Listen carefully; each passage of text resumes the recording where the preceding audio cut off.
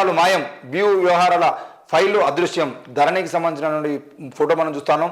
NOC ORC కాగితాలకు రెక్కలు. ధరణి భాగవతం బయటపడకుండా ఆఫీసర్ల జాగ్రత్తలు. ఎవిడెన్స్ దొరకకుండా చేసేందుకు కుట్ర. అక్రమాల నిరూపణకు కింది స్థాయి రిపోర్టులే కీలకం. ధరణిలో పెద్ద స్థాయిలో జరిగిన లావాదేవీలకు సంబంధించిన పత్రాలను అధికారులు మాయం చేసినట్లు తెలుస్తుంది. పదులు వందల ఎకరాల్లో క్లియరెన్స్ ఇచ్చినటువంటి కేసుల్లో కరస్పాండెంట్స్ కాగితాలు లేకుండా కుట్ర చేస్తున్నట్టు సమాచారం. అక్రమాలు బయటపడకుండా తాము ఇరుక్కోకుండా వారు ఇలాంటి చర్యలకు పాల్పడుతున్నట్టు టాక్. ధరణి పోర్టల్కి సంబంధించిన విషయంలో భూములు అక్రమాలకు గురైనాయి. అక్రమాలకు గురైన అంటే వందల ఎకరాలకు సంబంధించిన విషయంలో ఈరోజు జరిగిన లావాదేవీల పత్రాలను బయట రాకుండా చూస్తున్నారు అని చెప్పేసి మాట్లాడుతున్న క్రమంలో దాదాపు ధరణి భాగవతం సంబంధించిన విషయంలో 1 ఎకరము 2 ఎకరాలు ప్రభుత్వ భూములు, అసైన్డ్ భూములు, దేవాదాయ శాఖ భూములు, చెరువు శిఖం భూములు, ఇట్లా ఏ భూములు తీసుకున్నా అన్ని భూముల్లో ధరణి పోర్టల్ పేరుతో కబ్జాలకు చేసినటువంటి పరిస్థితి మనం చూసినాం.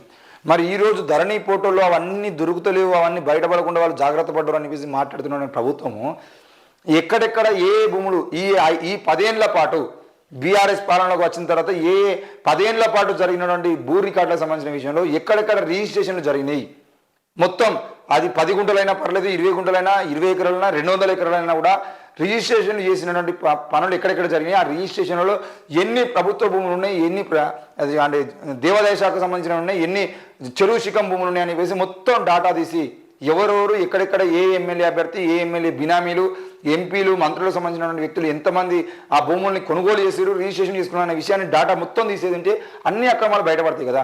మరి ఆ విషయంలో అక్రమాలన్నింటినీ బయటపెట్టేటువంటి ప్రయత్నం చేసేదంటే బాగుంటుంది. అట్లా కాకుండా మాకు ఎవిడెన్స్ దొరుకుతలేవు, ఆ కంప్యూటర్లు మాయం చేశారు, ఫైల్స్ మాయం చేశారు అంటే కంప్యూటర్లు ఫైల్స్ మాయం చేసినంత మాత్రాన మొత్తం రాష్ట్ర ప్రభుత్వం చేసినటువంటి తప్పులు మొత్తం కనబడకుండా పోతాయా?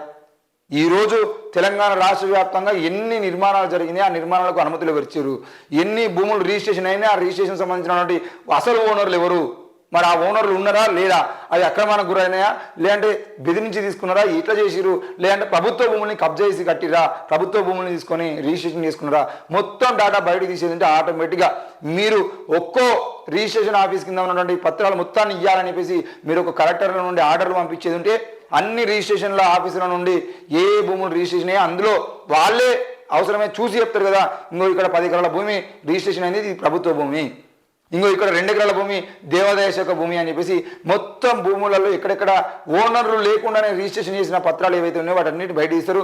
అప్పుడు ఆ రిజిస్ట్రేషన్ చేసింది ఎవరో ఆ అధికారులను విచారణ తీసుకుంటే తప్పకుండా అన్ని బయటపడతాయి. ఆ విషయంలో మళ్ళీ మేము అద్దరుకట్లేదు, ఇద్దరుకట్లేదు, కంప్యూటర్లు మాయమైన, ఫైల్స్ మాయమని చెప్పేసి చెప్పి తప్పించుకోవడానికి ప్రయత్నం చేయొద్దు. బాధను దిగమింగి ధైర్యం చెప్పిన భావోద్వేగానికి గురైన మంత్రి పొంగులేటి బీఆర్ఎస్ ప్రభుత్వం తనతో పాటు తనను నమ్ముకున్న వారిని ఇబ్బంది పెట్టిందని, తను బాధను దిగమింగి కార్యకర్తలు ధైర్యం చెప్పారని మంత్రి పొంగులేటి భావోద్వేగానికి గురయ్యారు. మరి భావోద్వేగానికి గురవడానికి సంబంధించిన విషయంలో ఇదే విషయంలో నిన్న కాంగ్రెస్ పార్టీ మన బీఆర్ఎస్ పార్టీకి సంబంధించిన నాయకుల మీటింగ్లో కూడా ఒక్కరు పోతే మనకేమైతే దిలే అనుకున్నాము, కానీ మొత్తానికి ఈరోజు బీఆర్ఎస్ ప్రభుత్వం ఖాళీ అయిపోయింది, బీఆర్ఎస్ ప్రభుత్వం ప్రతిపక్షంలో కూర్చోవాల్సిన అవసరం ఉంది, ఒక్కడే కదా అనుకున్నాం, ఉన్నది మొత్తం ఉడుచుకోబెట్టి వేయండి అని చెప్పేసి అయితే నిన్న ఖమ్మం జిల్లాతో జరిగినటువంటి మీటింగ్లో కూడా ఖమ్మం నాయకులు మాట్లాడడం జరిగింది. మరి ఒక్కడే అనుకున్నటువంటి పరిస్థితిలో ఆయన పొంగులేటి శ్రీనివాసరెడ్డి బీఆర్ఎస్ పార్టీ అంటే కాంగ్రెస్ పార్టీలో చేరుతున్నప్పుడు కూడా కాంగ్రెస్ పార్టీకి ఒకటే హామీ ఇచ్చిండు, నేను చేరితే నాకు అడిగినటువంటి టికెట్లు ఇవ్వండి, ఖమ్మం జిల్లాలో నేను చెప్పిన వాళ్ళకి టికెట్లు ఇవ్వాలని చెప్పేసి ఒక డిమాండ్ పెట్టిండు. మరి ఆ ఖమ్మం జిల్లాలో డిమాండ్ చేయడమే కాకుండా ఖమ్మం జిల్లా మొత్తాన్ని క్లీన్ స్వీప్ చేసి మొత్తం ఎమ్మెల్యేలు గెలిచే విధంగా నేనే దగ్గర నుండి చూసుకుంటే అవసరమైతే నేనే ఖర్చు పెట్టుకుంటా అన్నటువంటి మాటలు కూడా ఆయన మాట్లాడిండు. అవి ఆన్ రికార్డు లేకపోయినప్పటికీ కూడా మొత్తానికి అయితే ఖమ్మం జిల్లాను క్లీన్ స్వీప్ చేసేటువంటి ప్రయత్నం పొంగులేటి చేసిండు. మరి ఈరోజు అదే ఖమ్మం జిల్లా నుండి సంబంధించిన బీఆర్ఎస్ నాయకులు మాట్లాడుతూ ఒక్కడే కదా అనుకున్నాము, మొత్తం ఉన్న చెట్టు మొత్తం ఇరిగిపోయింది, ఒక్క కొమ్మ అనుకుంటే చెట్టే ఖరాబ్ అయిపోయింది అని చెప్పేసి మాట్లాడుకున్నారు. మరి ఆ రోజు పొంగులేటి శ్రీనివాసరెడ్డి కూడా ఎంతో భావోద్వేగానికి గురై తన మీద తనతో ఉన్నటువంటి అనుచరుల మీద, తనతో పాటు ఉన్నటువంటి ఎమ్మెల్యే అభ్యర్థుల మీద ఎన్నో అరాచకాలు చేసినా కూడా మేము ఆ బాధను దిగమింగుకొని కార్యకర్తలు ఉన్నాం అని చెప్పేసి అయితే మాట్లాడుతూ ఉన్నాడు.